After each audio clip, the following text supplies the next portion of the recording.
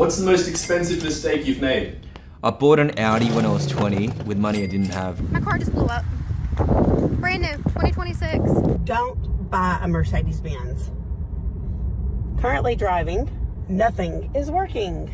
Alright, so today we're going to be taking a look at some people who regret buying their vehicles, but we're specifically going over the luxury brands. Because apparently everyone on the face of the planet wants to be seen driving around in a Mercedes or a BMW, but don't know the other things that come along with it. We have a ton of stuff to go over today, along with comments from you guys from previous videos. So if you want to be featured on a future video, leave in the comments down below, but let's just jump right into it.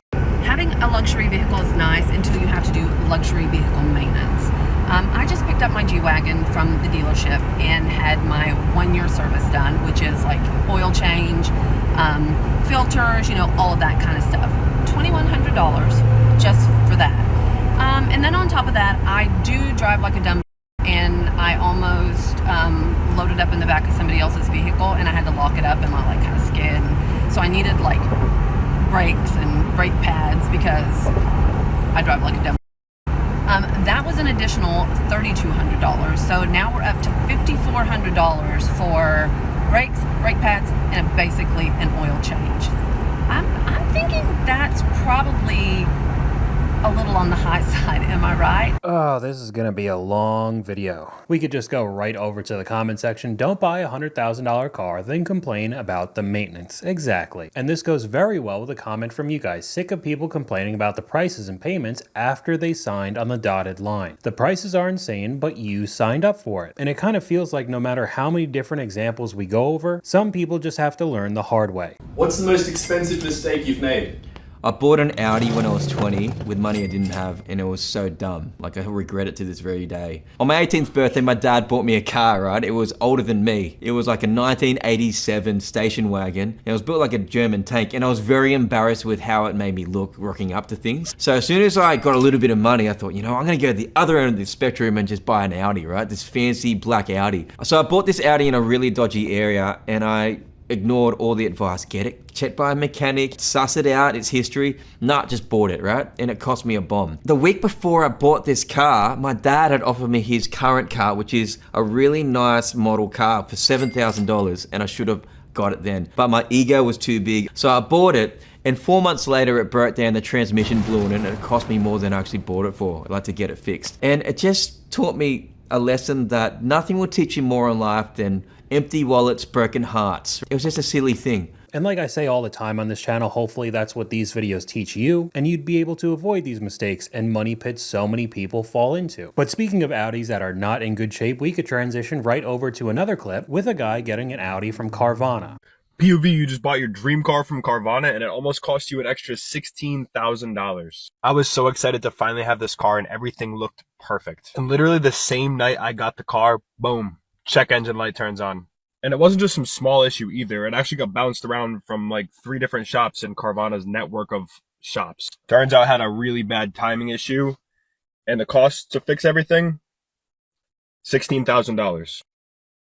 Seriously? This is like absolutely insane at this point. Now, Carvana did actually cover themselves and they let me go on their website and pick out another car, which they promptly sent to me about 2 weeks later.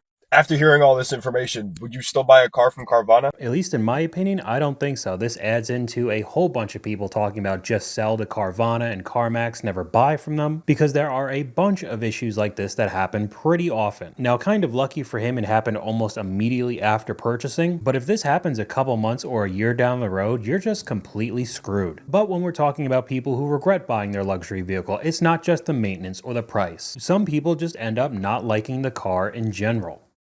Can I be brutally honest without being judged, which I'm sure is not going to happen here on TikTok, but I bought a brand new Lexus GX 550 luxury last year. This is it. I absolutely hate it. I've had it for almost a year now, and I hate it. Every day I get in it, I find something else I don't like. I hate this truck. And now I know people are going to say, oh my God, I would kill to have that. And I know. I probably should just be appreciative and love it. But what do? I don't like it. It's been almost a year. I have been trying to deal with it. I don't really want to go into another payment and be upside down, but I don't like this car. I don't like it. I have drove an Expedition for like 25 years. I hauled 3 kids around to, you know, sports and school and all the things. So I drove an Expedition for 3 years. And while I loved my Expedition, don't get me wrong, because I drove it for 25 years, I loved that car. I wanted to treat myself, now that all my kids have cars, to something a little bit more luxurious for me. I am old enough now. I work hard. I wanted something nice for me. And there you go. It kind of looked like there was no research done other than taking a look at the exterior of the GX550, and now you're stuck in a car that you don't like that cost around $80,000. And this goes very well with the next clip. Experiencing buyer's remorse after you already purchased a car is probably one of the worst feelings ever. Now, as a car salesman, I've seen this happen on multiple occasions. Shoot, I had a customer that traded out their car after only 2 weeks because there's features in the car that they wanted that they didn't opt for. They knew that they should have opted for the trim level that was one step up and they didn't. In only 2 weeks, they lost like $5,000 on their car. So they ended up trading in their car that they bought from the other dealership and bought ours, and it was the same exact car, only difference was options. One of the easiest ways to avoid buyer's remorse is to simply do your research beforehand. And when I say research, I'm just saying research in general. You guys need to know exactly what car you want, what options you need, and also what budget you have for your next vehicle.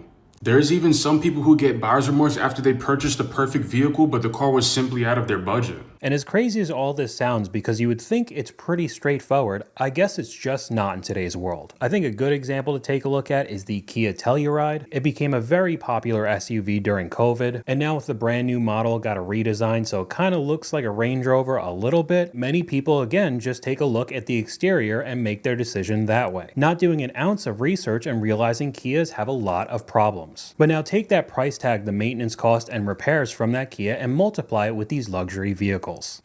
Y'all, get a Cadillac. They said it'll be fun. They said, no, baby, I'm walking. My car just blew up. Brand new, 2026. And I've had it for like 2 weeks, if that. Got it on Mother's Day, however long that's been. It starts smoking. I thought it was on fire and everything. Don't get the Cadillac, y'all.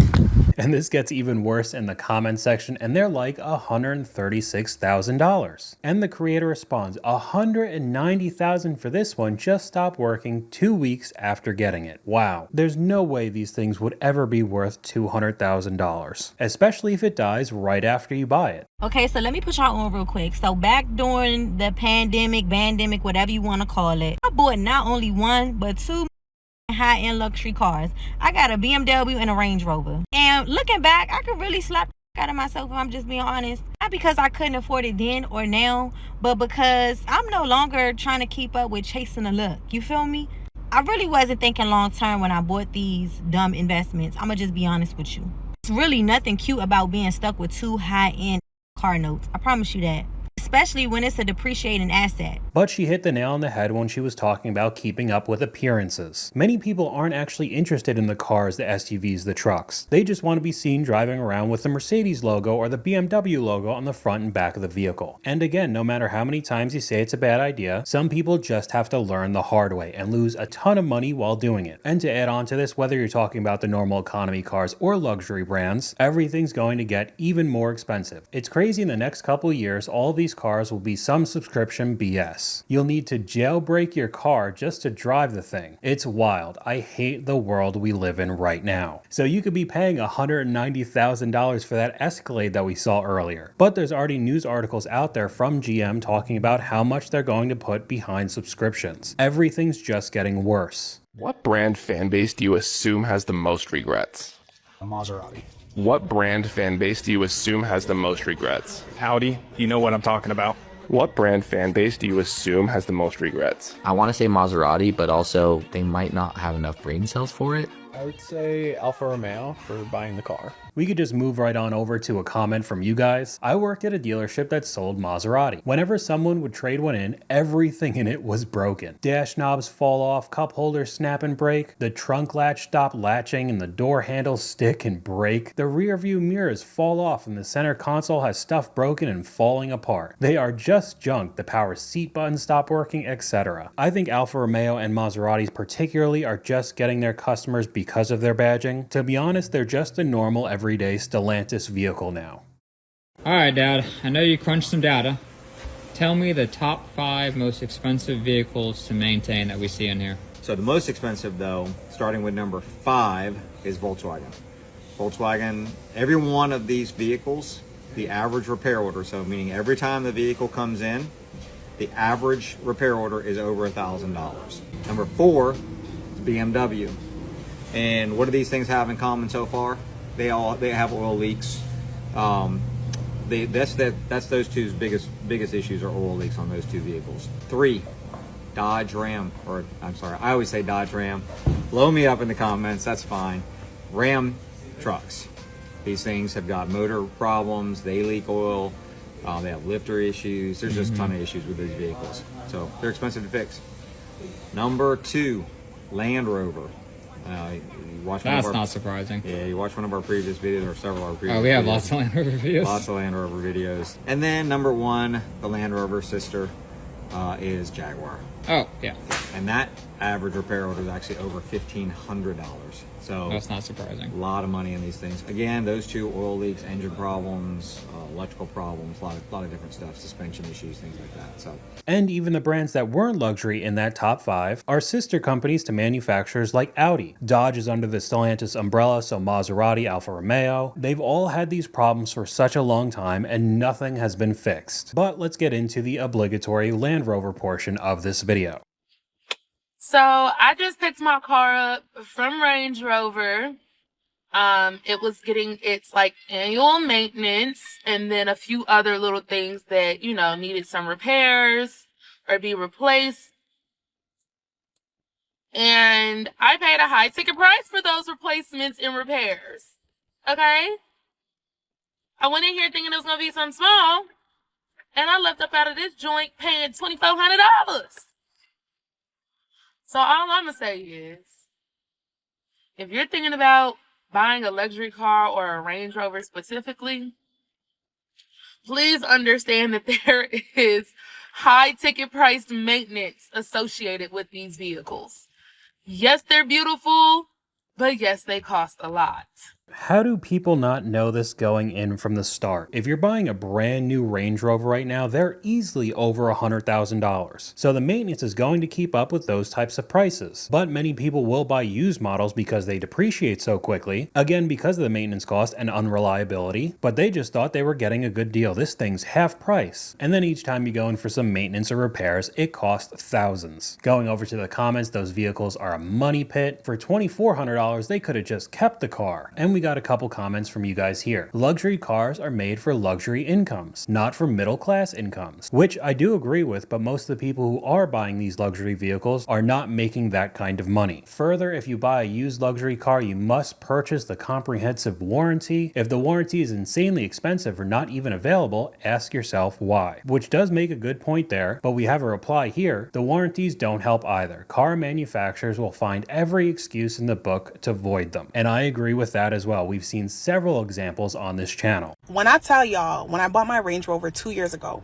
it was the best day of my life. Tomorrow, I'm actually getting rid of it, and it's actually the best day of my life. Everybody and their mother told me not to get a Range Rover, and because it was my dream car, I still went ahead and bought the car. I want to tell you this. If somebody ever told you not to get a Range Rover, trust me, they're not hating on you. They actually you. I've learned the hard way, but when I tell you I'm actually super happy right now, and I can't wait till tomorrow, trust me. Y'all better start listening to people who actually had a Range Rover and who actually went through the whole nightmare. And then we could just go right over to the comment section. Everyone tells me not to get a Range Rover, but my soul needs a Velar. Which, if you don't know, it's just another model of the Land Rover people will never learn. And like I say in every one of these car videos, if you truly have the money to buy these cars in cash, be able to deal with all the maintenance, the repairs, the gas, then go buy whatever you want. People absolutely love the Wranglers and the Broncos, even though both have a bunch of problems. And if you could deal with it being in the shop once in a while, or maybe a little too often, then I don't have a problem with you buying. But at least with that last clip, it being the best day of her life giving up the Range Rover, clearly it wasn't worth it in the end. I don't think I've ever met anyone who owns a Range Rover who doesn't regret it. And of course, there are a bunch of clips like what's on screen right now. POV, you own a Range Rover and it's broken down. The next one's even crazier. You find your dream car from a dealership on Marketplace, Facebook Marketplace. It's very important important you don't buy it. And just 1 week later, it's completely broken down. Buying a Range Rover is crazy, but buying it from Facebook Marketplace is diabolical. I absolutely love a Range Rover, however I won't buy one because of stories I see here. I know I can't afford the drama. Good luck. And even though this user's making the right decision, a good amount of people don't.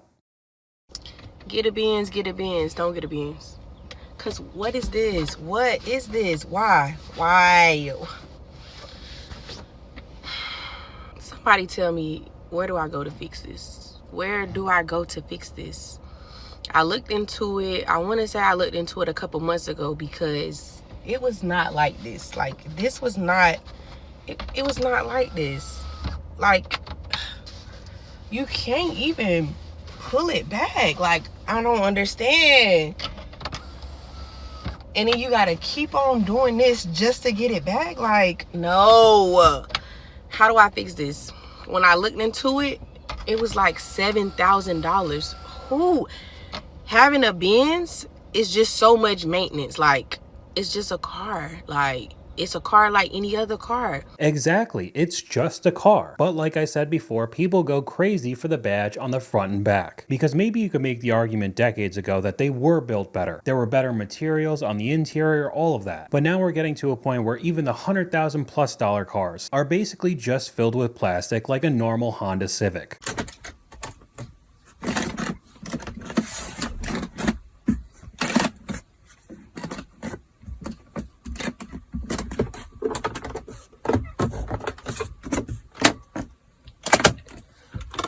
And I love when I see these types of videos because I immediately go over to the comment section and see people defending these manufacturers. No way, you pushed in plastic and it makes a noise. What did you expect? I expect a car that's twice the price of a Honda, honestly probably more than twice the price, to have twice the amount of quality components. But instead the plastic moves around. And depending on what trim level that Audi e-tron from the last clip was, we took a look in an older video, it could be up to $160,000 for that car. And that's what the inside sounds like. They are running out of things to put in cars. I want you guys to tell me what defines a luxury car nowadays. Because if that was the new X3's interior and this is a Kia Telluride's interior, the only thing I can think of left that separates these tiers is NVH. Don't start yapping about build quality because a lot of the German cars you're going to bring up are still basically brand new. And what a lot of people call material quality is really more of an owner issue. This is a BMW seat bolster problem that's been happening forever. This is a Mercedes leather dash lifting because they had no front tint. If you want to make a Kia interior last, you can. I bring Kias into this because this look, this is not just Kia. It's Toyota, it's Honda. The gap is just smaller than ever. They've all got panoramic sunroof, heated and cooled seats as options, dual zone climate, 12-way adjustable seats, massive screens, expensive styling. Meanwhile, the biggest news about the new S-Class was heated seat belts. They've just ran out of stuff they can shove in cars. And to be honest, he makes a very good point. Now I know talking about the Kias again, they do have reliability issues, but to be honest, every manufacturer has reliability issues right now. And going right over to the comment section, real luxury is reliability. Another person saying bring back buttons. I really don't think that's coming soon. Everybody's putting iPad screens in their cars now. And when he said they are running out of things to put in these luxury cars, he's not lying.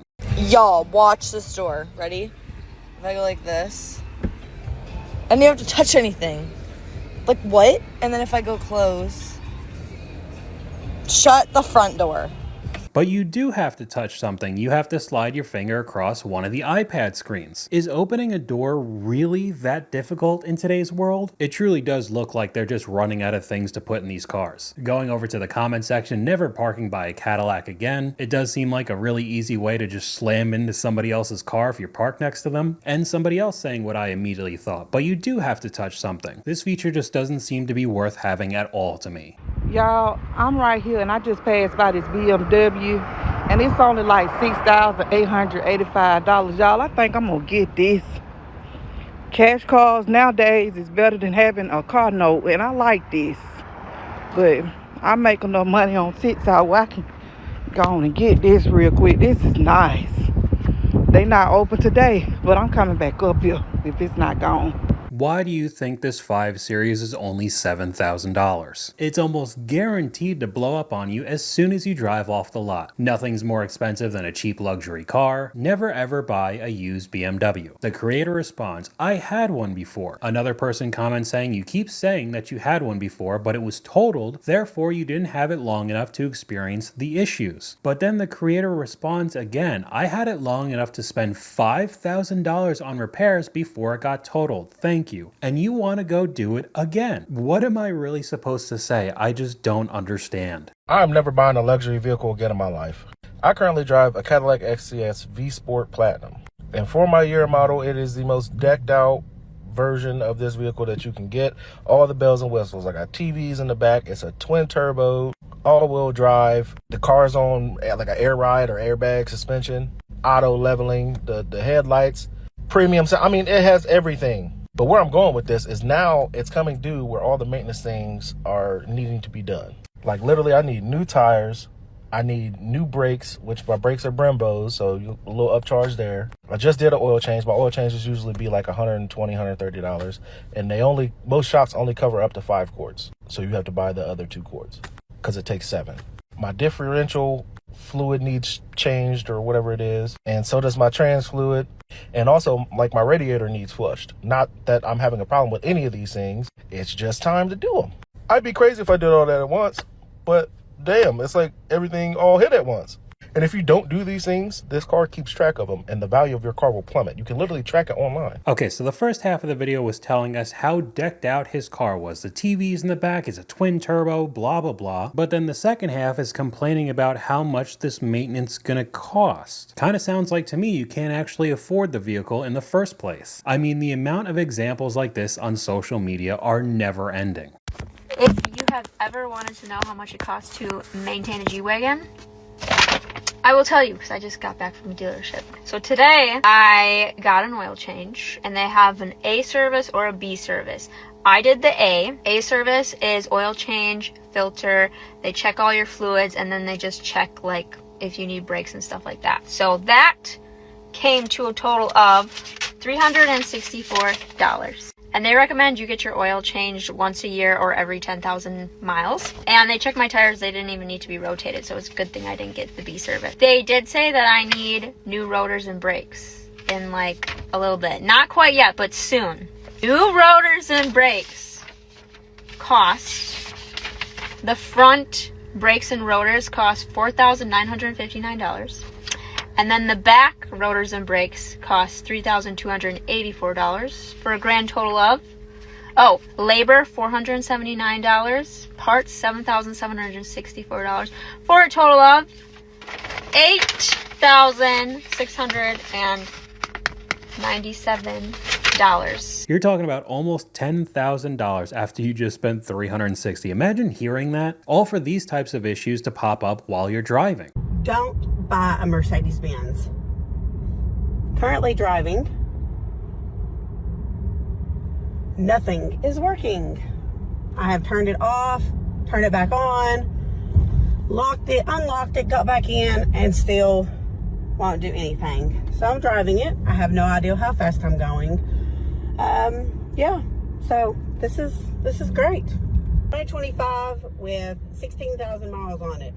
Don't buy this garbage. And this is a widespread issue across the entire brand right now. We all saw this coming. Mercedes just launched a massive recall, and it's all because of the one thing we tried to warn them about. If you've seen any of the recent Mercedes-Benz models, you know they all come with one very controversial feature: the gargantuan infotainment screen. It goes by a few names: Mercedes Hyperscreen, Super Screen, You Scream, We All Scream, doesn't matter, because apparently it doesn't work. This new recall affects over 144,000 different vehicles from the 2024 to 2026 model years for the models listed on the screen above me. What happens is the screen will basically just go completely black out of nowhere while you're driving. The control unit is, for some reason, incorrectly sending an increased number of system resets as part of fallback behavior. I don't really know what that means, but basically the screen randomly goes black and you're screwed without navigation, backup camera, speedometer, hell, no climate control or anything because it's all baked into the touchscreen. It's almost as if making everything digital is a bad idea. you don't say. But we'll finish off this video calculating how much you actually need to make to drive one of these popular SUVs, the G-Wagon. You won't believe how much it costs to comfortably afford a brand new 2025 AMG 63. My final price of the vehicle came out to $222,000. However, if we multiply this by 7% tax rate, we get a total of $237,000. If we take the final price of the vehicle, add 20% down at a 5% interest rate, financed for 60 months, we get a total payment of over $3,500 a month. The annual insurance for a 2025 AMG G63 is around $1,900, so roughly around $162 a month. The annual maintenance cost on a G63 is going to vary between $965 or $25,000 per year. On the low end, we'll just do $80 a month.